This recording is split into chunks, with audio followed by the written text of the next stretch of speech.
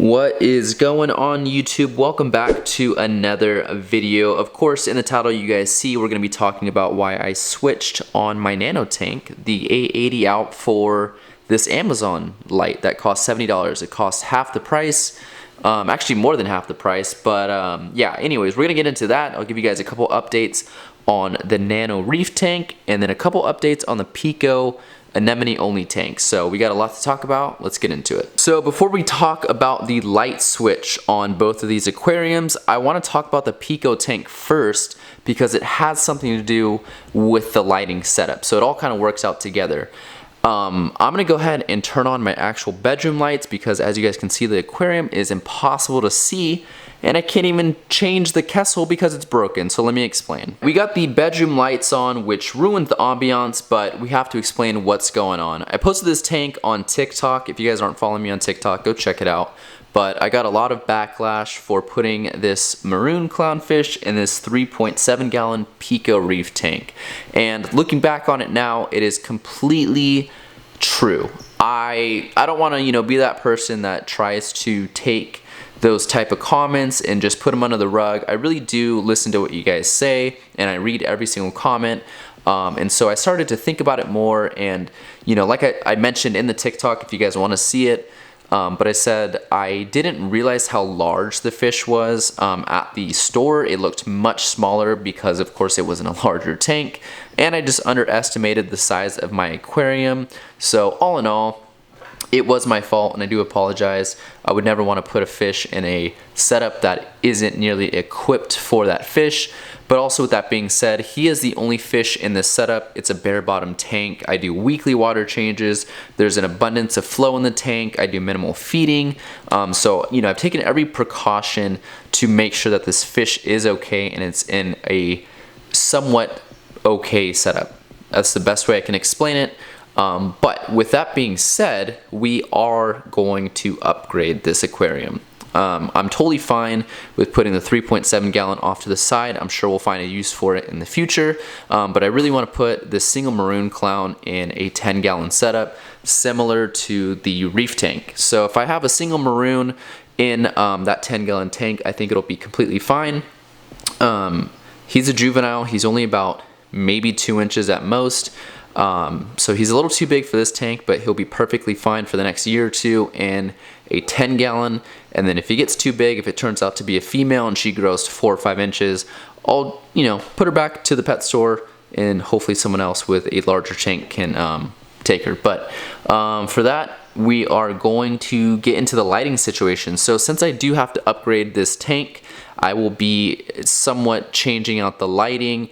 I was going to be using the Kessil A80 for the anemone tank because it was 15 watts and it would be enough for the anemones, but it was too low for this tank, so I was going to keep the Aquanite on this guy and use the A80 for this tank. Now, in doing the switch from putting the A80 onto the Pico and then putting this new guy on here, I plugged in the Kessil A80 and the white LEDs do not work anymore. So it's just the blues on the knobs on the top. As you guys can see, this is intensity here, and then this is the color. All the way to the left is blue, and then all the way to the right is white. But as you guys can see, if you twist it all the way to the right, you get a small amount of blue and no amount of white. So the light is completely broken. I contacted Kessil to see if I could get a return or exchange, but the warranty is out, so I have to just find a different light.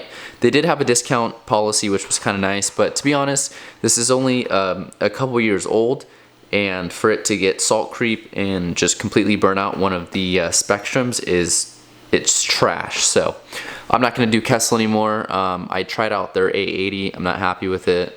And the 360X was a great light, but it wasn't really chalked up to what I thought it was going to be and the amount of money it was. So I think I'll go ahead and try like aqua illumination in the future for larger tanks. But for my nanos, I'm going to stick to these cheap Amazon LEDs. They're 60, $70, super cheap. If this one breaks, I can go on Amazon Prime, get one in 2 days. It's $70. It's a 30-watt light. It's plenty for these 10-gallon tanks. And then if you get 2 or 3 of them, it's even good for like the innovative Marine 30 long. So they're fantastic lights. They have 2 channels.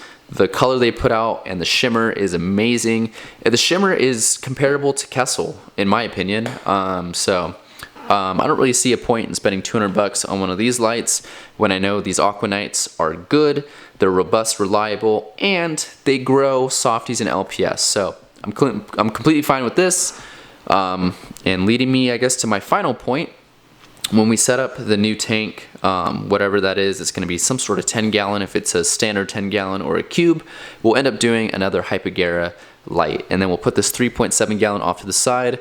I'll keep the Kessil and see if in the future I can somehow rebuild it or whatever, but for now we're just going to break down this system, but put the live rock in all the water and the fish into a 10-gallon. So we'll go ahead and switch back to just ambient lighting here while we finish up on some of the updates on the 10-gallon Reef tank. So this is like the mixed Reef. It's mostly softies with a little bit of LPS. I've got some candy coral, a little bit of Duncan, and a hammer coral. But yeah, mostly just like the green star polyps. I got some leathers, and then I got some mushrooms as well with a Gorgonia in the back that's doing amazing. All the polyps are finally open, and that thing is doing great. My bang guy is doing amazing. He's got his long fins. He's looking amazing. And then my parrot clowns are also doing good. So everything's doing good in the tank. The only update that I have for you guys on this aquarium, or two updates, is I took off the oscillating return nozzle. It was blasting the hammer coral and the hammer was not liking it. So I took it off, and the tank actually has a little bit more of like, not a random, but just a more like intense flow. Because of course the oscillator restricted a lot of the flow, so now it's just pumping it out and kind of hitting this front glass and bouncing off and just dispersing across the rock, which is super nice. So I think we'll leave it for now. I bought a nozzle for it, but I haven't installed it, so I think we'll just leave it alone, and you know, if the corals like it, then they like it. And then the second update is I started dosing magnesium for this tank. I only was doing kalkwasser with the fuel. I forget what company makes it, but it's called fuel. It's like an amino acid with the trace elements, so I've been dosing that. But then in doing testing, I also bought a magnesium test kit. My mag was around 1100. It was actually lower than 1100. It was like 1050, and it should be around 13 to 1400, if not higher. So my mag was super low, meaning my LPS coral was not able to use the calcium in my water column. So I think that's why my hammer was not doing the best, and my coral, or my candy coral, is not doing great either.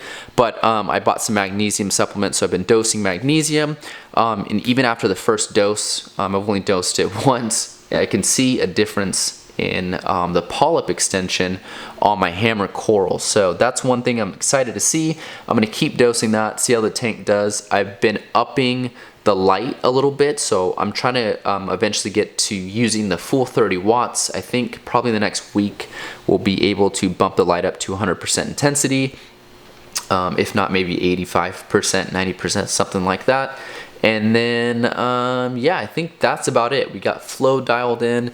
This tank is pretty much gonna be how it is right now. That's how you're gonna see it. I'm gonna let everything grow out. I might add a coral or two just to fill in a couple spots, something super easy, but I want to keep this mostly softies with the couple LPS that I have in here. But other than that, I'm going to leave it alone, keep dosing it, keep doing weekly water changes, and I just want everything to grow out in this tank. The next project we got, of course, is the Pico that you can't even see over there, but that's the next project, so we're going to move on to that next and hopefully get a tank built in the next week or so, so stay tuned for that.